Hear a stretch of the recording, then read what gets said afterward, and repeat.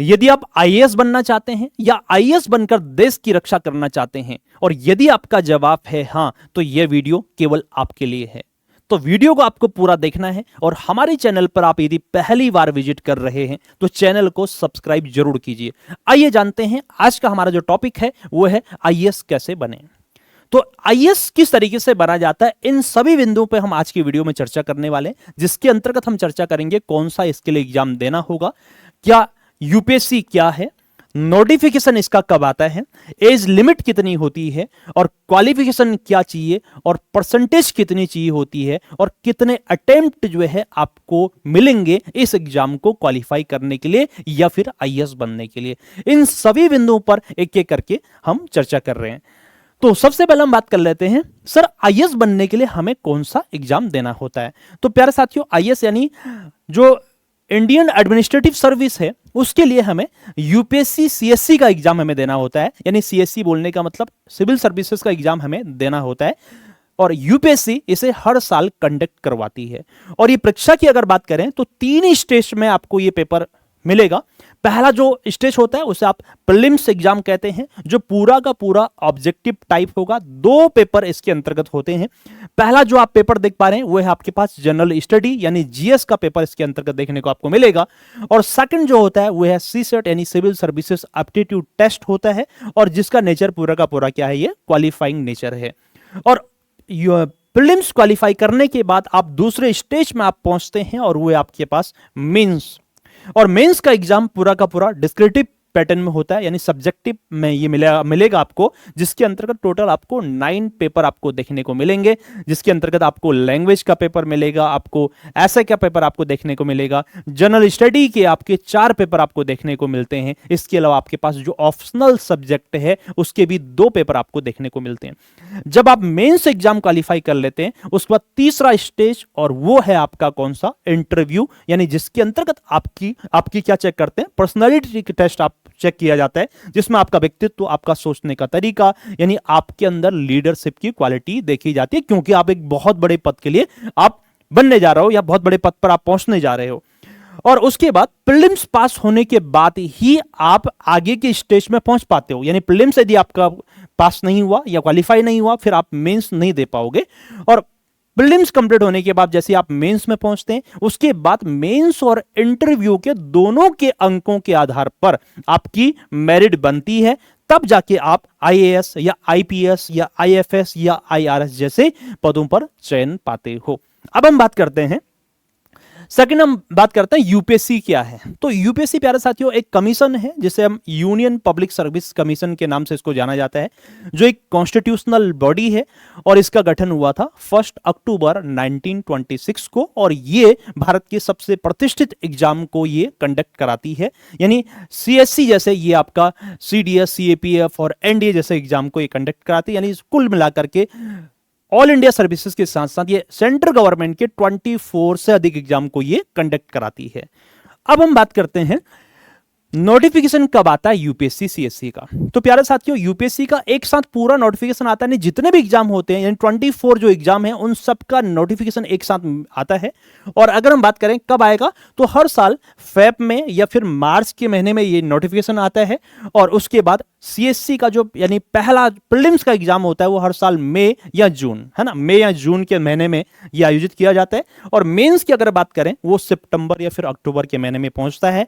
अगर तीसरे स्टेज की अगर हम बात करें यानी इंटरव्यू की तो ये नेक्स्ट ईयर, यानी सपोज मान लीजिएगा आपने सितंबर अक्टूबर के महीने में आपने मेंस दे दिया, उसके बाद नेक्स्ट ईयर जो फेब या मार्च में है तब जाके आपका इंटरव्यू का नंबर आता है। ठीक है, अब हम बात कर लेते हैं यूपीएससी सिविल सर्विसेज एग्जाम के लिए एज लिमिट कितनी होती है प्यारे साथियों। तो इसकी जो एज लिमिट है वो एज लिमिट आपके कैटेगरी पे आप डिपेंड करता है, आप किस कैटेगरी से बिलोंग करते हैं। तो सबसे पहले हम बात कर लेते हैं जनरल की। जनरल की जो एज लिमिट है वो है आपके पास 21 to 32 यानी 21 साल से लेकर 32 साल तक आपको कुल 6 अटेम्प्ट आपको देने होते हैं। और सेकंड अगर हम बात करें ओबीसी की, इसमें आपको 3 साल की छूट मिल जाती है, यानी 21 से लेकर कितना हो जाएगा यहाँ पे 35, तो अटेम्प्ट भी 3 और बढ़ जाते हैं, यानी 6 + 3 कितना हो जाएगा 9 अटेम्प्ट आपको यहां पर मिलते हैं। तीसरा अगर हम बात करें एससी और एसटी कैंडिडेट की, तो यहां पर आपको 21 से लेकर 37 साल तक की छूट मिल जाती है, और यानी 5 साल की छूट आपको यहां पे मिल रही है। यदि हम इनकी अटेम्प्ट की अगर हम बात करेंगे तो इसके लिए अनलिमिटेड अटेम्प्ट, यानी कितनी भी बार भी ये एग्जाम दे सकते हैं, बशर्ते है कि एज कितनी होगी, 37 एज तक ही आप इसे दे पाओगे। और यदि बात करें आप डिसेबल पर्सन है तो उसके लिए 21 से लेकर के 42 तक ही ये लोग क्या कर सकते हैं, इस फॉर्म को अटेम्प्ट दे पाते हैं। अब हम बात करते हैं आगे, अगला बिंदु हमारा है आईएएस बनने के लिए न्यूनतम जो क्वालिफिकेशन है वो क्या होती है प्यारे साथियों। तो अगर आप सीएससी का फॉर्म, आप यानी आईएएस बनने के लिए आप सीएससी का फॉर्म अगर अटेम्प्ट करने जा रहे हैं तो आपका जो एजुकेशन क्वालिफिकेशन होना चाहिए वो आपका ग्रेजुएशन कंप्लीट होना चाहिए। हालांकि अब तो आप जानते हैं कि फाइनल ईयर में भी आप क्या कर सकते हैं, सीएससी का फॉर्म अप्लाई कर सकते हैं, बशर्ते ये है कि आपका मेंस एग्जाम्स के होने से पहले पहले आपका फाइनल ईयर का रिजल्ट आ जाना चाहिए।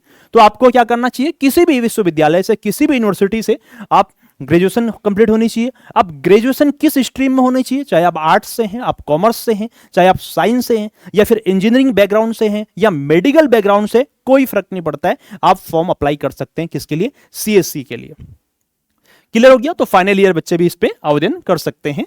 अब हम बात करते हैं नेक्स्ट पॉइंट की, अगर हम बात करें मिनिमम परसेंटेज कितनी चाहिए होती है। यदि मुझे यूपीएससी का फॉर्म भरना है, सीएससी का फॉर्म भरना है, तो सर मिनिमम परसेंटेज की बात करें बच्चों, तो यूपीएससी का ये जो आप देख रहे हैं, यानी आईएएस हो गया, आईपीएस हो गया, आईपीएस के लिए कोई मिनिमम परसेंटेज का कोई क्राइटेरिया नहीं रखा गया है। आप थोड़ा सोच के देखिएगा, देश का सबसे बड़ा गवर्नमेंट ऑफिसर या देश का सबसे बड़ा गवर्नमेंट पोस्ट जो है हमारा आईएएस, उसके लिए कोई परसेंटेज का क्राइटेरिया बिल्कुल नहीं है।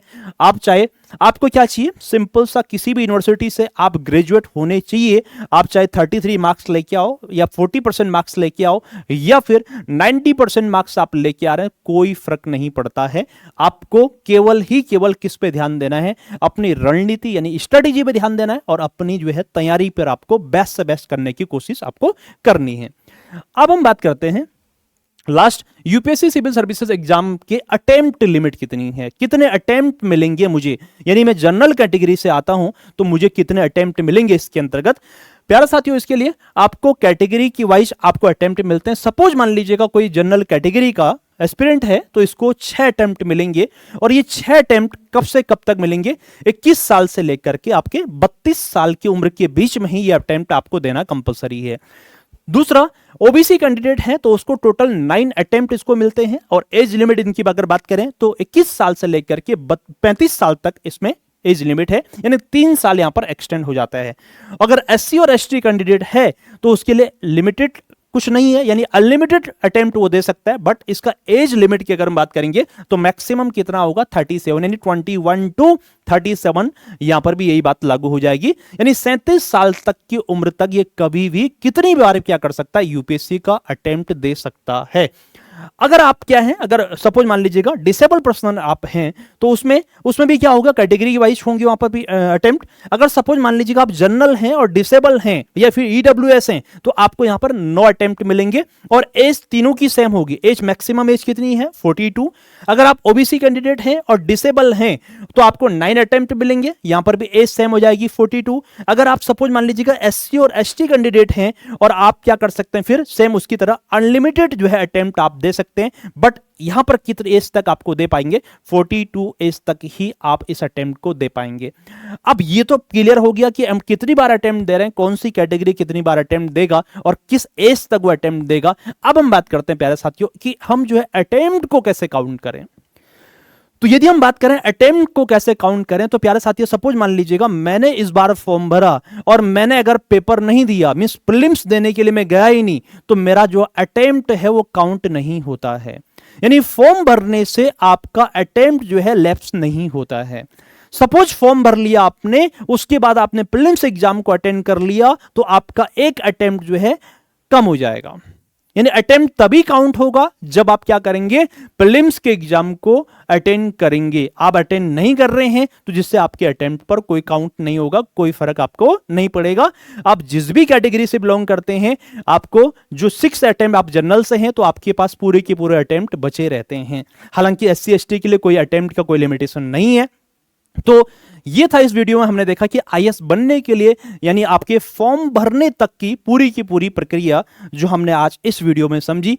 और नेक्स्ट वीडियो में हम मिलने वाले हैं कि यूपीएससी सीएससी के लिए सिलेबस क्या होता है और कैसे कैसे हमें इसकी तैयारी करनी होती है, प्रीलिम्स का क्या सिलेबस होगा, मेंस का क्या होगा, किस तरीके से सिलेबस इसको डिजाइन किया गया है। तो मिलते हैं नेक्स्ट वीडियो में, तब तक बने रहिए। जय हिंद।